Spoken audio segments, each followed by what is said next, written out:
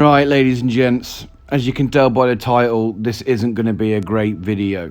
Now, starting this channel, I've always said that I'll talk about my good points and my bad points. And I'm by no means the be-all and end-all of ant keeping. I make mistakes. Sometimes my ants just don't pick up like everyone else does.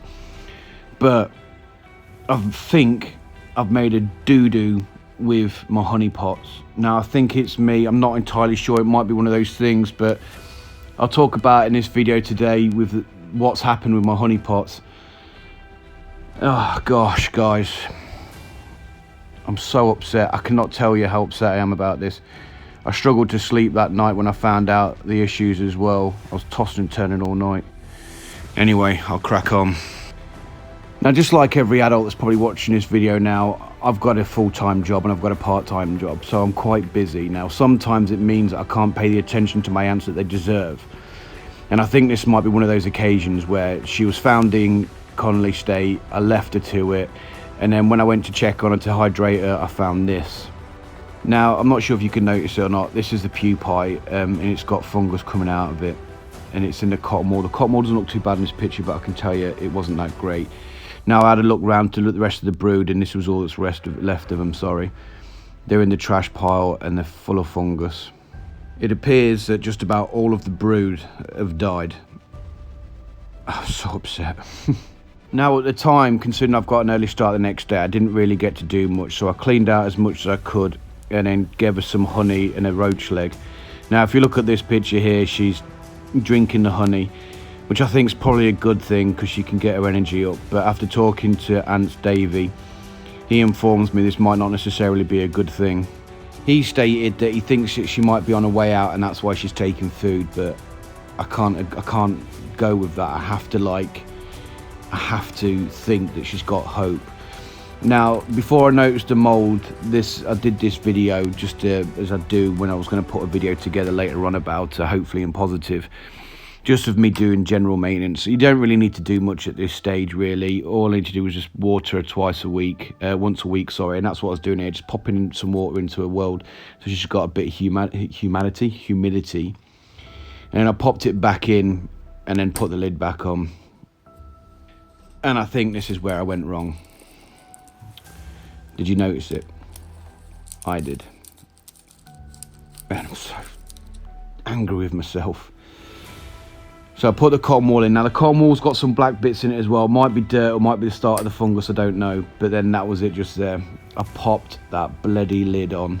Why did I do that? I just wasn't thinking. I'm so angry with myself. So angry. How could I do something so stupid? By putting that lid on with the heat that she needs, I think what I've done is trapped all the moisture in there, and that's allowed the fungus to flourish and kill my brood.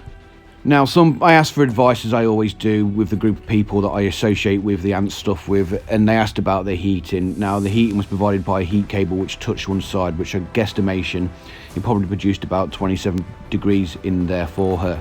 Now, yes, it's cooler than she needs, because she needs like around 30 degrees, but it wouldn't be detrimental. They dispose at 15 degrees, so having it at 27 degrees, yes, it will be fine for them. They will develop slower, but they will still develop. And I don't think that was the cause of it.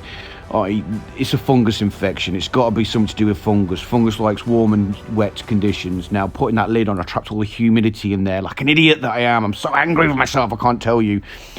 And that's my issue, I think. So I need to rectify it. Right, so what do I need to do? Now, I need to make sure the conditions are optimal for her, so I need to make a little incubator. So I'm going to talk about the little incubator that I made, how I went about it and stuff like that. So sit back and have a look and tell me what you think. Right, using mineral water, I'm trying to clean it out as much of the fungus as I possibly can. Yes, I do leave a bit of moisture in here, but it's not an issue because she's not been hydrated for a while. So it won't be a massive problem. Now, once I've cleaned it out, and then I need to go on to stage 2, which is making the little incubator. Now, using my ever trusty Chinese takeaway tubs, I've marked out where she's going to sit. I then go about cutting it out. Now, this knife is as blunt as anything, but I haven't got any new Stanley knives. I generally don't get them till winter when I start making my models and stuff. But anyway, so I'll score around it, making it as circular as I feasibly can, and then cut it out, then open it up a little bit by smoothing off the edges from the dodgy cuts. I then pop it in to make sure she can fit okay. And she does, but I still want to make it a little bit more looser, but not too loose so heat escapes. Now, I stole my wife's nail file. I'm sure she doesn't mind. Anyway, so I smoothed off the edges to make sure that there was no Sharpie bits or anything like that that could rip the foil and expose her to light and stuff, because we don't want to make her any more uncomfortable than she has to be. The whole point of this is so I don't need to disturb her much and I can leave her be.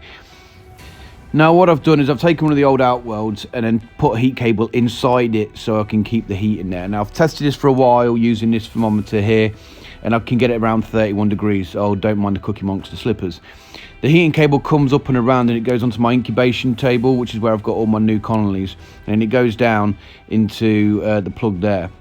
Now I changed tack slightly and I put my temperature probe thingamajig in there so it turns the heating off if it gets too hot. I thought, why risk it for a biscuit?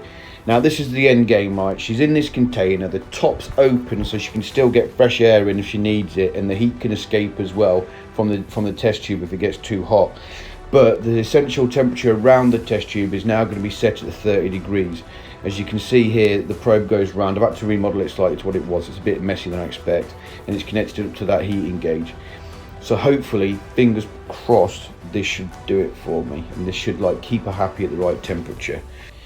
Right, now she's in the setup, I'm going to pop in some food and honey for her, just so she can nibble on it. I took the tiniest bit of cockroach, the most meatiest, grossiest part of it, so she's got easy access to protein if she needs it, if she wants it, and there's some honey in there as well. Now, the only saving grace I've got from here is, from my experience, once a queen gets workers, and if those workers die, the queen will not look after herself. She will just sit back and die slowly. So I'm hoping, because she never actually got any workers before the brood got infected with a fungus, fingers crossed, and I mean that with like every part of my body crossed right now, she won't have that mindset and she'll still be in the mindset and foundation.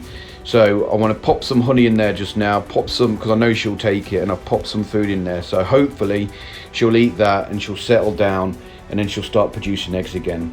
But only time will tell. I will take that out in the next couple of days and leave her be after that. Well, that's it for today then, guys. I hope she's going to be okay. I make these mistakes so you guys don't have to. Leave comments, whatevs, guys. I'm gutted, but I hope she'll be okay.